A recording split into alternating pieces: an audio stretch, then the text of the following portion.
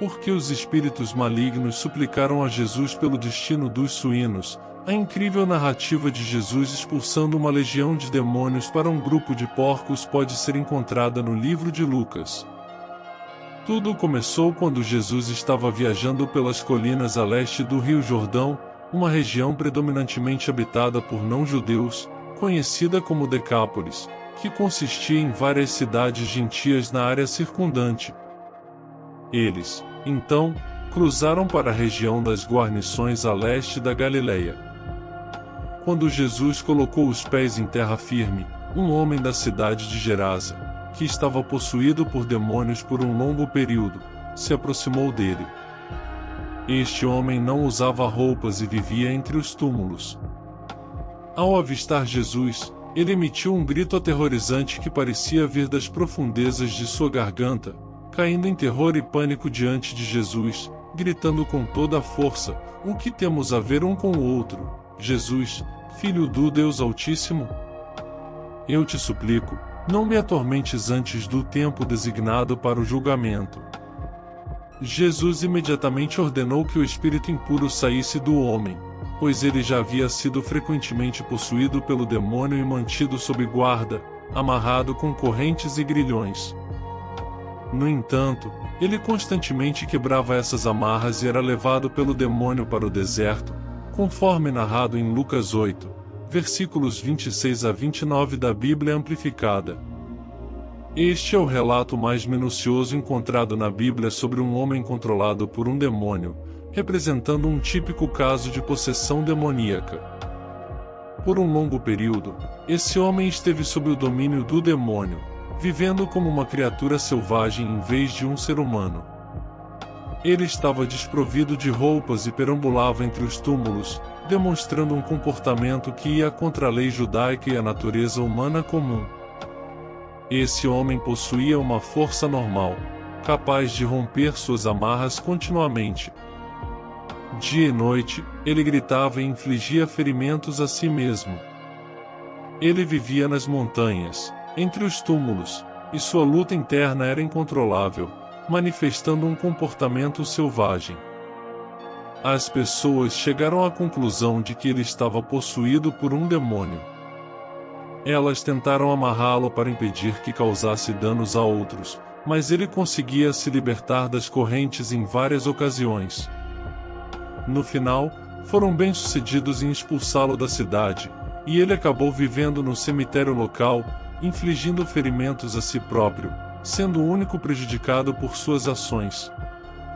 A Bíblia descreve a possessão demoníaca de uma maneira semelhante à condução de um cavalo por seu cavaleiro ou à operação de um navio por sua tripulação. Também encontramos um relato onde um homem se aproximou de Jesus, sugerindo que Jesus não tenha ido diretamente a ele, mas que o homem tenha sido atraído a Jesus. Este homem não tinha capacidade de se libertar por si mesmo, mas Jesus possuía autoridade total sobre o espírito. O espírito demoníaco que residia no homem, não o próprio homem, declarou: "O que tenho eu contigo? Eu te imploro, não me atormentes."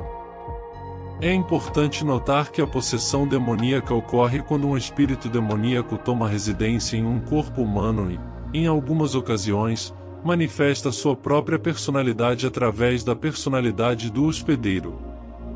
Embora a possessão demoníaca seja uma realidade no mundo contemporâneo, devemos ser cuidadosos para não ignorar o problema, nem dar excessiva ênfase às supostas atividades demoníacas. A Bíblia não nos fornece detalhes sobre como alguém se torna possuído por um demônio, mas superstições, jogos ocultos, práticas de espiritismo, enganos da nova era, magia e outras práticas podem abrir a porta para a influência enganadora e o perigo demoníaco. As pessoas muitas vezes se envolvem no ocultismo ou em atividades demoníacas porque acreditam que essas práticas funcionam de alguma forma. Infelizmente, por trás disso, muitas vezes há um espírito demoníaco atuando. Os demônios desejam habitar corpos por motivos semelhantes aos de um vândalo que deseja uma lata de spray. Um corpo é uma ferramenta que pode ser usada em sua rebelião contra Deus. Os demônios também atacam seres humanos porque desejam distorcer e deturpar a imagem de Deus, uma vez que desprezam essa imagem. Os demônios compartilham um objetivo semelhante em relação aos cristãos, que é difamar a imagem de Deus. No entanto, eles possuem limitações em suas estratégias quando se trata dos crentes, uma vez que foram desarmados pela obra de Jesus na cruz. Embora possam tentar enganar e restringir os cristãos, aprisionando-os com medo e dúvida, suas capacidades são limitadas. O livro de Colossenses, capítulo 2, versículo 15 da Bíblia Amplificada, relata que Jesus despojou os principados, potestades e forças sobrenaturais do mal que operam contra nós, tornando-os um espetáculo público ao exibi-los como cativos em seu triunfal desfile. Isso ocorreu porque ele triunfou sobre essas forças por meio da cruz.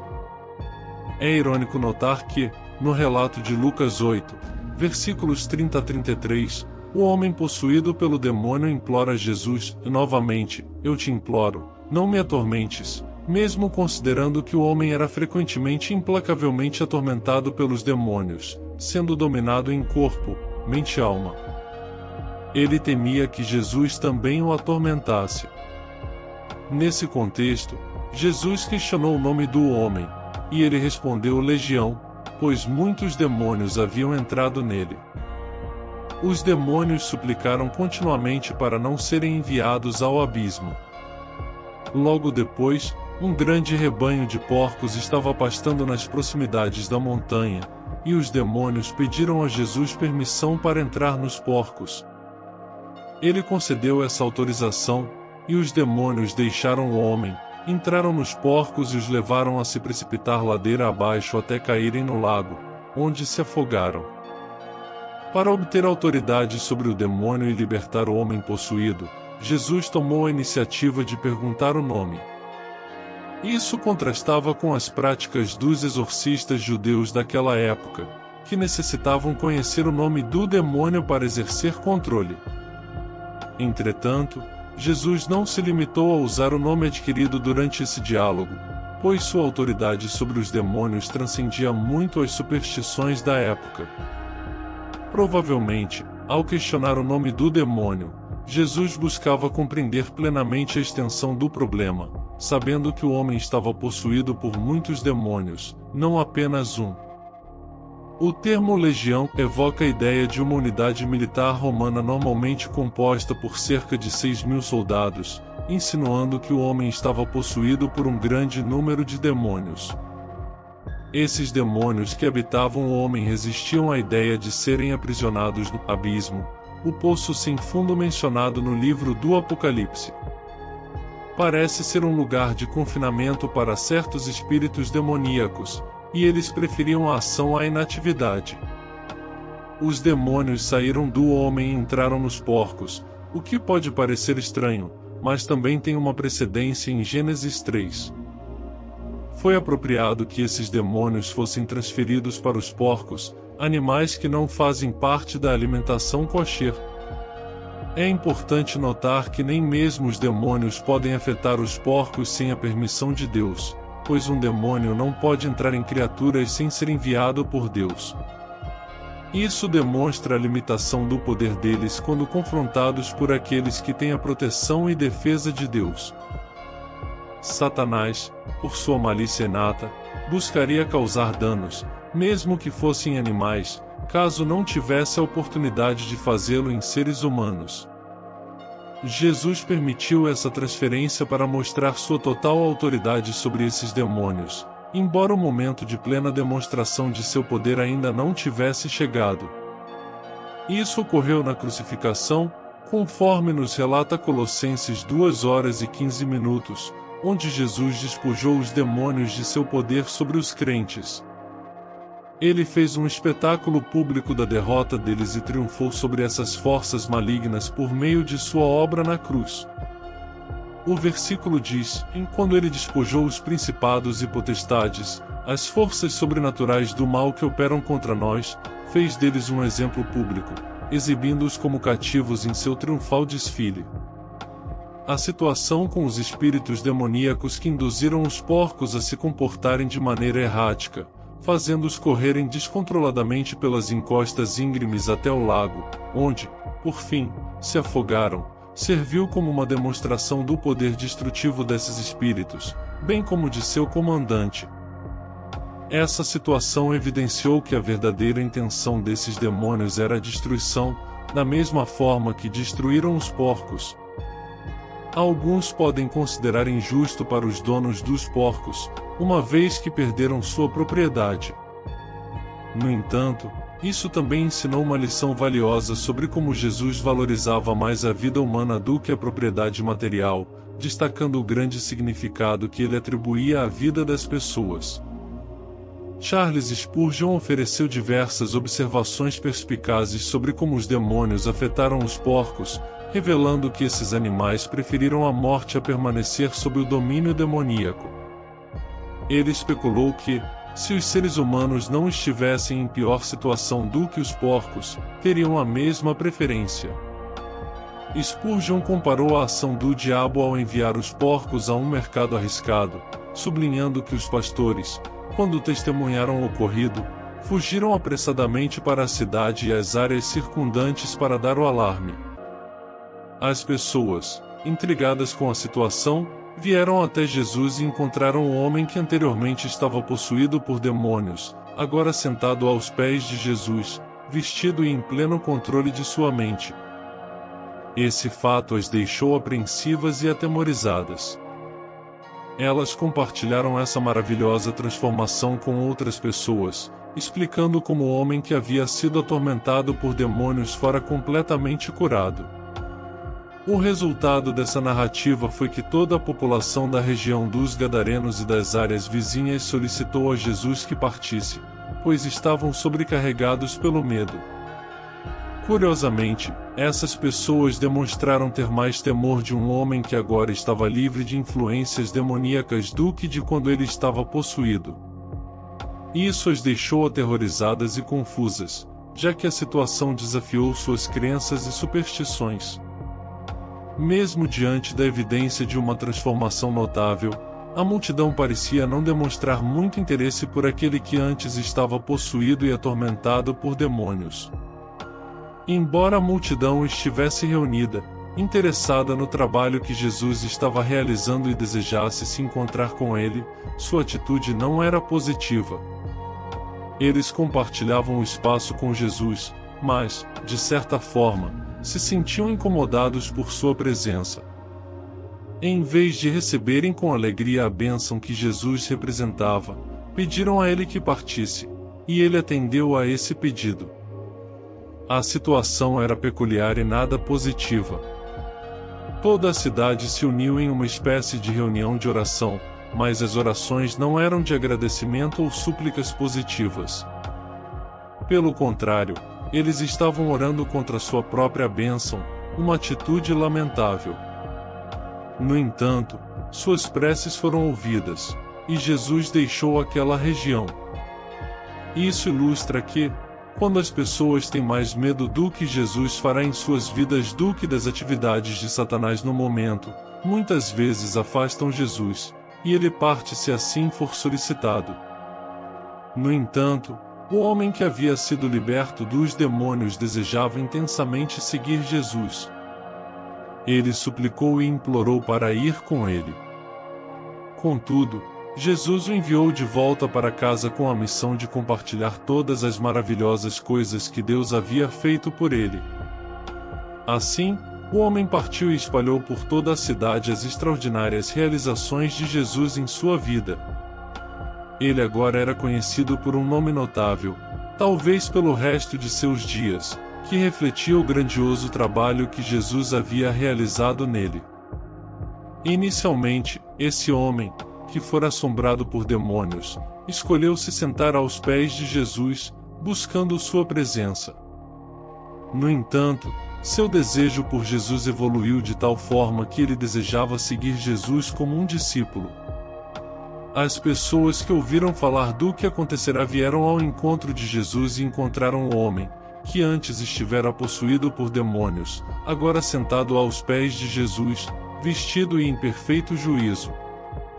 Essa transformação os deixou atônitos. A mudança no coração desse homem é uma ilustração vívida da transformação que ocorreu. Inicialmente, ele estava interessado apenas no que Jesus poderia fazer por ele, mas após seu encontro com Deus, seu desejo era ter a própria presença de Jesus. No entanto, Jesus o repreendeu e instruiu-o a ir embora. Ele compreendeu que o ministério que estava prestes a realizar em sua própria família e comunidade tinha um significado muito mais amplo e crucial do que qualquer outra obra individual que pudesse fazer. Às vezes, pode ser um desafio para nós compreender a maneira como Deus opera. Jesus atendeu ao pedido infeliz dos residentes da cidade, que oraram para que ele os deixasse e partisse, e assim o fez.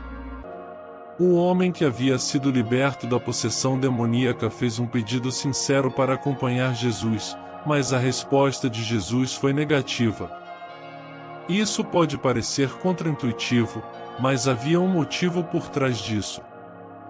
A razão principal era que esse homem poderia se tornar uma influência positiva e uma luz para as pessoas que viviam naquelas cidades gentias de uma maneira que Jesus e seus discípulos não poderiam. Se ele cedesse ao medo, que muito provavelmente ainda o afligia, havia o risco de os demônios retornarem. Portanto, embora ele desejasse intensamente estar perto de Cristo, Jesus dissipou esse temor, essencialmente transmitindo a mensagem de que o homem não precisava estar fisicamente próximo a ele. Ele havia sido curado de tal maneira que sua saúde estava completamente restaurada. Assim, o homem partiu e proclamou por toda a cidade as maravilhas que Jesus havia operado em sua vida. Essa mensagem era incrível e representava uma narrativa que todo seguidor de Jesus deveria ser capaz de compartilhar. A história desse homem destacou o valor inestimável de uma vida para Jesus, que era a razão pela qual ele havia cruzado o mar da Galileia. Além disso, sua história também enfatizou que, com Jesus, ninguém está além da esperança. Se esse homem pôde passar por uma transformação tão profunda, então qualquer pessoa pode experimentar mudanças significativas. Jesus instruiu o homem a compartilhar as maravilhas que Deus havia realizado em sua vida, e ele prontamente obedeceu, divulgando as grandes obras realizadas por Jesus. Não havia contradição nisso, pois Jesus é Deus. Digite um amém nos comentários, se inscreva no canal e deixe seu like. Estou deixando um e-book com mais de 100 orações para o dia a dia no comentário fixado. Que Deus te abençoe sempre.